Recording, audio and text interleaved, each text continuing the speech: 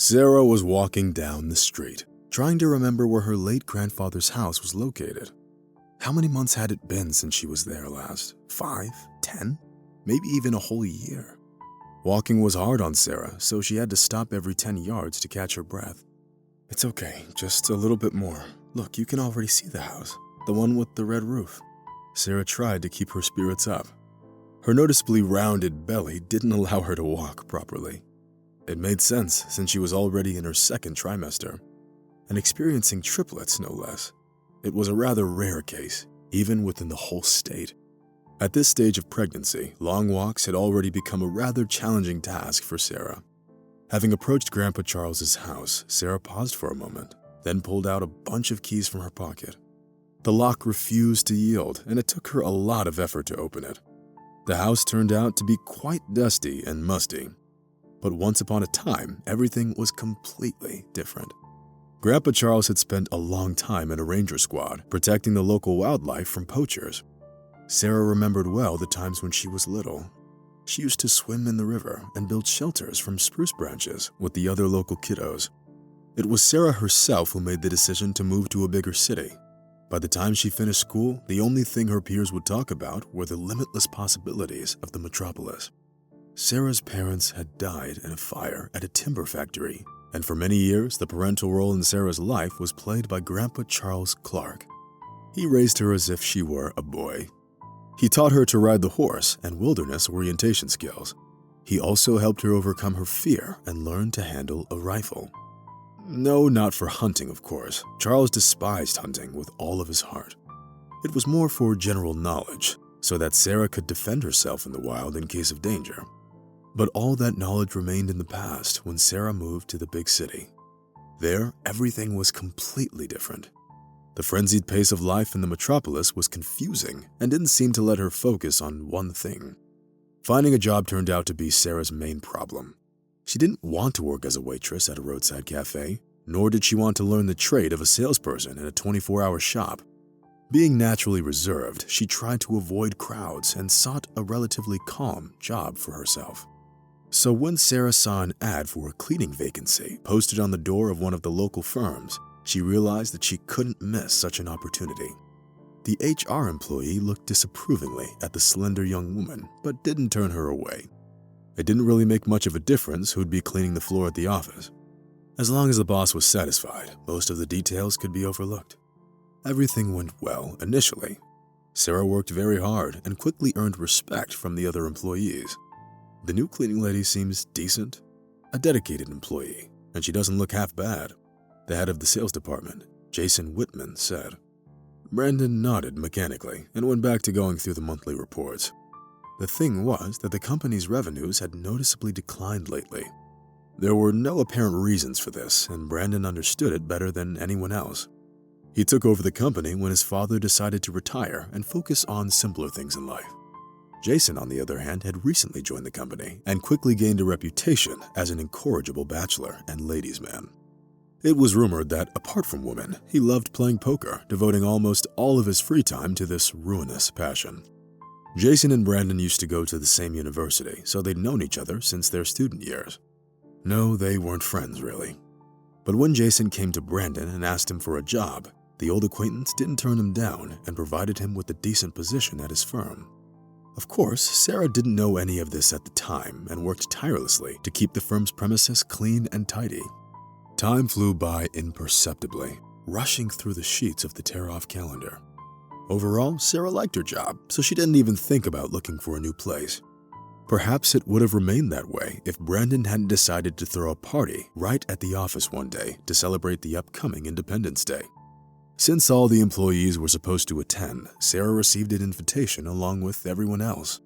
As it turned out, the young cleaning lady didn't have an appropriate outfit, so she had to rush to the store to get something on sale. Brandon spared no expense on organizing the party, and everything turned out even better than he expected. At the party, he saw Sarah in a completely different light.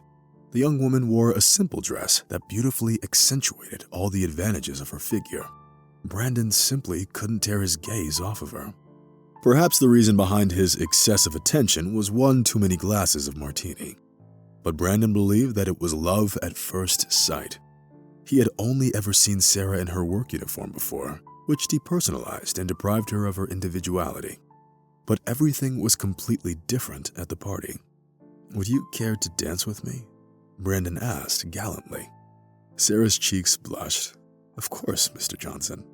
It's just Brandon today. We're at a party after all."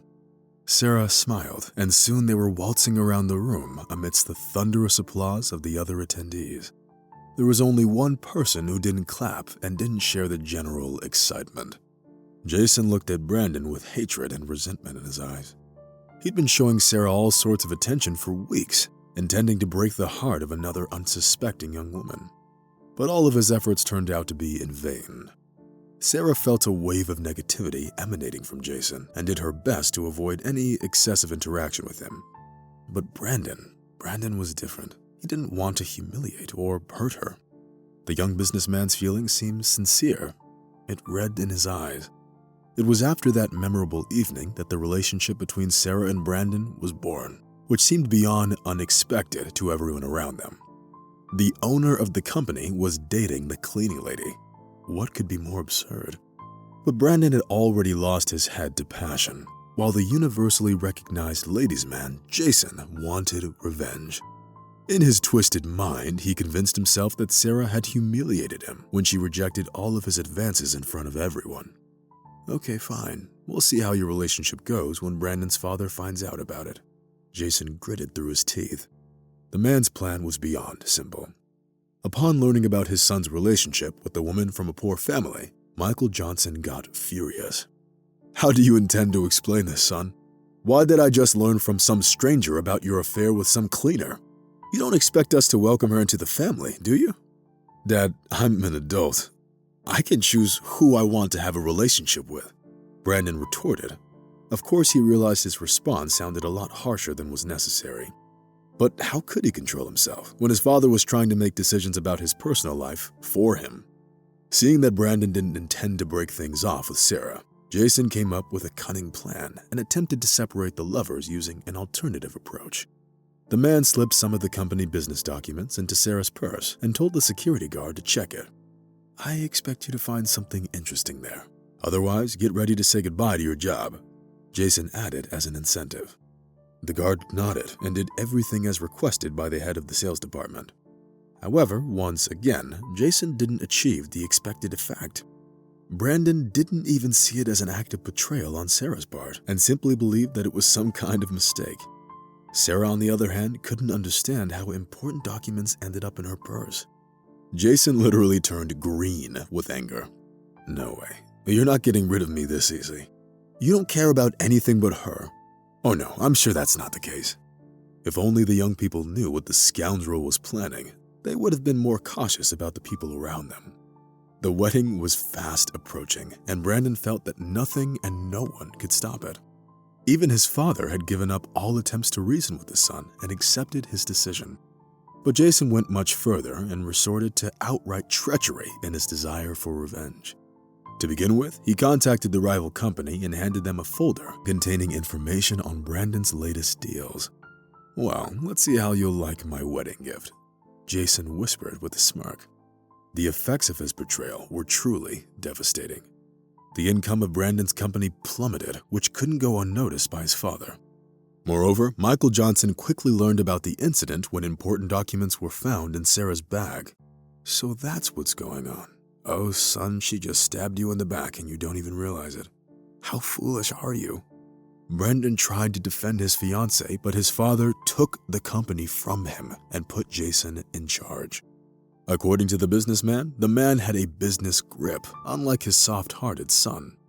All these difficulties couldn't but have an effect on Brandon and Sarah's relationship, which now faced the threat of falling apart. But the final straw was brought about by Jason. He planted photos of Brandon's fiancée, making sure that Brandon would see them. Of course, before doing so, he photoshopped some details into the pictures. Apparently, Jason was very skilled at that. In the pictures, Sarah stood arm in arm with an unknown man, smiling sweetly. The photos sent Brandon into a blind rage. "But these photos are fake. I've never seen them before." Sarah tried to explain, but her fiancé didn't want to listen. The fight escalated and led to a painful breakup a week before the wedding. Not even Sarah's pregnancy could change Brandon's mind. Sarah burst into tears and covered her face with her hands. There was no way she could have known that their relationship would end so abruptly and for no good reason. Having split up with Brandon, she went back to her hometown, where her late grandfather's house had been empty for several months. Thinking back to the painful events of her recent past, Sarah couldn't hold back her tears. And even after returning home, she couldn't regain her emotional balance. But on the other hand, she had no choice but to pull herself together. She had no one else to rely on. Tears clouded her eyes, and her condition was simply dreadful. Suddenly, the door creaked softly, and someone came into the living room. Lost in her painful thoughts, Sarah didn't hear it and was startled when she heard a voice behind her. "Don't cry, dear. It's not worth it. You need to stay strong and positive." Startled, Sarah turned around and was stunned by what she saw. Standing behind her was a woman about 70 years old with kind, gray eyes. Catching Sarah's surprised look, she explained, "I'm your neighbor, Mrs. Goodman. Come over to my house. Let's have some tea. Maybe it will help calm your nerves." After catching her breath, Sarah decided to accept the elderly woman's offer. She realized that she would have to live in this house for a long time now, and that meant that she needed to be nice to her neighbors. 5 minutes later, they were already sitting at the cozy table in Mrs. Goodman's house, drinking chamomile tea with honey. Sarah told her neighbor everything, which brought sympathy to the old woman's eyes. "Don't worry, dear. Everything will work itself out. It's just the way life is. I went through the same kind of thing myself once." Sarah smiled and looked gratefully at the old lady. At that moment, life didn't seem so bad anymore, and the future inspired hope for a happy outcome. A month flew by, then another one. Sarah had already grown used to the peaceful life in the small town and even took in an abandoned puppy she found in a ditch filled with rainwater. The little one was struggling to get out, trying to cling to the edge of the solid ground with its paws, but it had almost no strength left. Sarah picked up the puppy and hurried home, holding him close. There she bathed the little creature and fed him with fresh milk. "Well, there you go. This is much better, isn't it? What should I call you? How about Teddy? You look so much like a teddy bear," Sarah thought with a smile. Since then, she had her own personal guard at home. Teddy was growing quickly, surprising Sarah with his insatiable appetite. By that time, she had been working at the local post office for 2 months. Fortunately, there was an open job she could take. One evening, a car stopped by Sarah's house.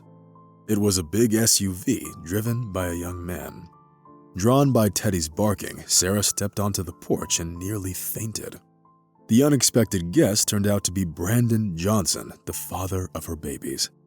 They had parted on very bad terms, all because of Brandon's arrogant behavior. But that day, his behavior was very different. He approached Sarah with a sad and gloomy look and whispered softly, "Please, forgive me if you can. It was all Jason's doing. He deceived me and turned me against my father, and then he tried to take over the company." Sarah looked at him with unmistakable sympathy in her eyes. "I felt that nothing good could come from him. And what about your father? How did he react to all this?" Brandon lowered his eyes guiltily. "My father passed away a month ago. I've been all alone ever since then. I got the firm back, but I miss you, my dear." Her ex-fiancé's words sounded so sincere that Sarah's heart skipped a beat. She embraced Brandon, pressed herself against his chest, and wept quietly. Teddy, who stood nearby, looked at his owner with concern, trying to understand what was going on. Was she feeling good or bad? That day, they went back to the city together. Teddy sat in the back seat, looking out the window, observing the green expanse of cornfields and vast farmlands. Sarah never regretted making up with Brandon and did marry him eventually. Soon, she gave birth to 3 beautiful children, one of whom they named Mike in honor of Brandon's late father. As for Jason, he punished himself when he lost a lot of money to some serious people yet again. Having no means to cover his losses, he had to sell his house and car, becoming an unemployed drifter followed by a trail of debt.